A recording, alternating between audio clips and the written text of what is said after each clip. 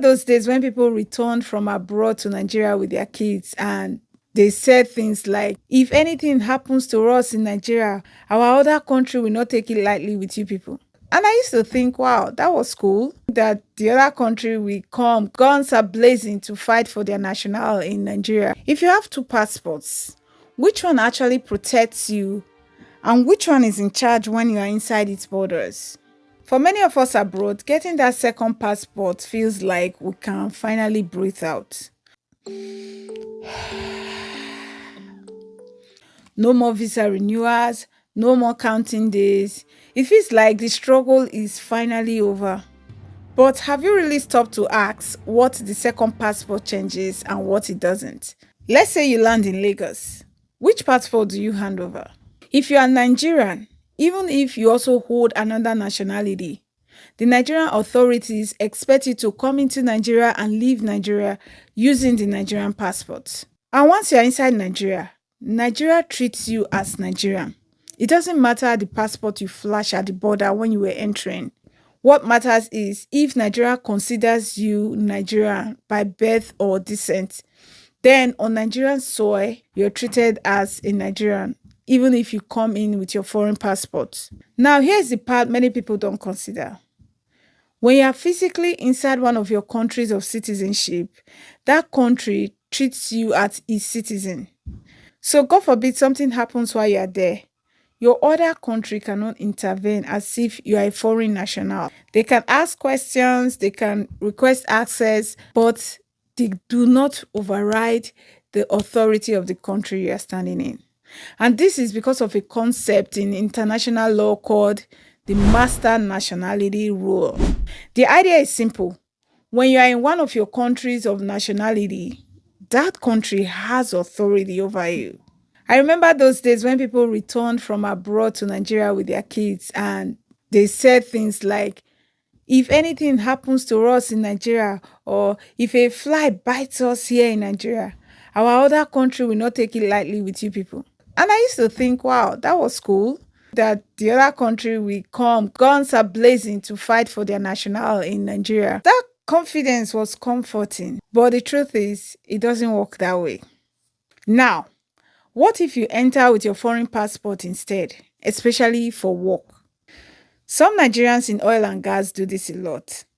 They go in as experts, they may need a visa, but they are paid as foreign nationals. Same person, different passports, different treatment. But using a different passport does not take away the fact that Nigeria still sees you as Nigerian if you were born Nigerian. Your other passport can change how you entered, but it does not switch off your Nigerian citizenship. Most of the conversations around dual citizenship focus on double taxation or political career. Double taxes affect your money and dual citizenship can limit your political career in either country. But the master nationality rule affects something deeper. It affects who has authority over you.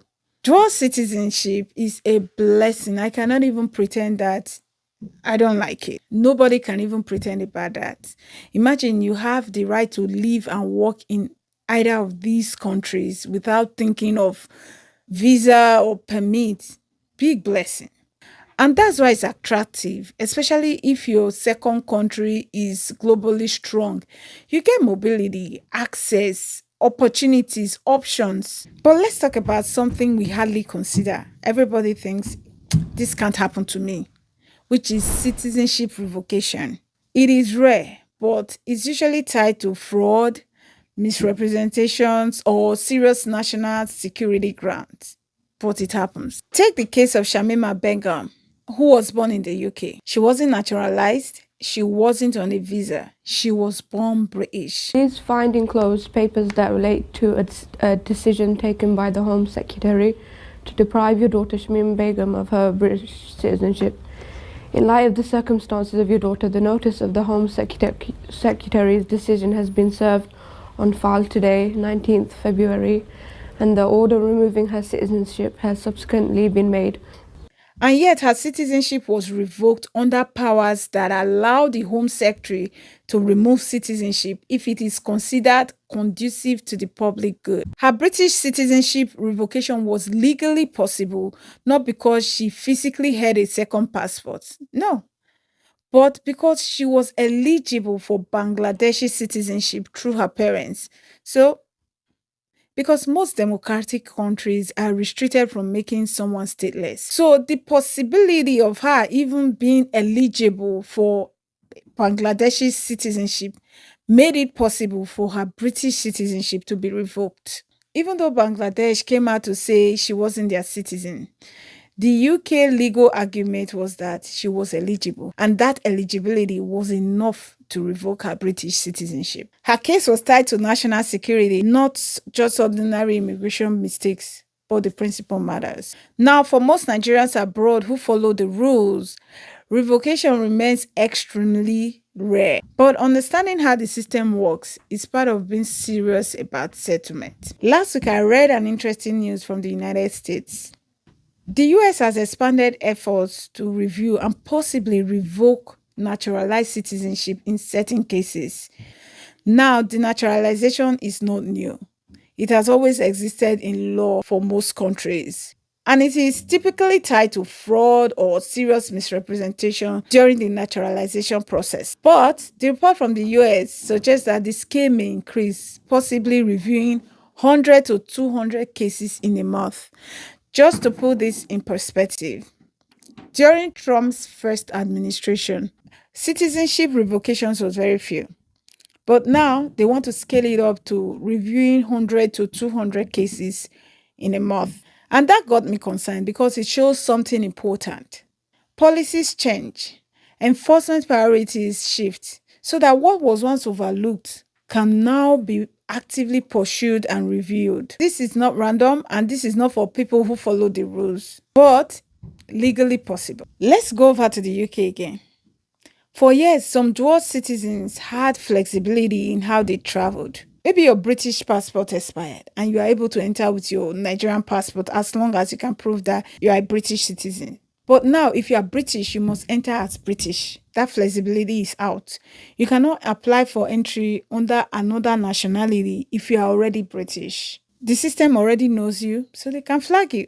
Canada already does this. If you are Canadian, you are required to enter and leave Canada with your Canadian passport. Now, let's bring this back to settlement.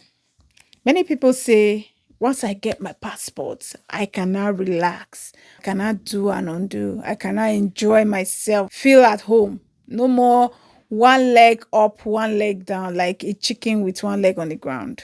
I understand that feeling. I even said, once I get my passport, I cannot join a gym.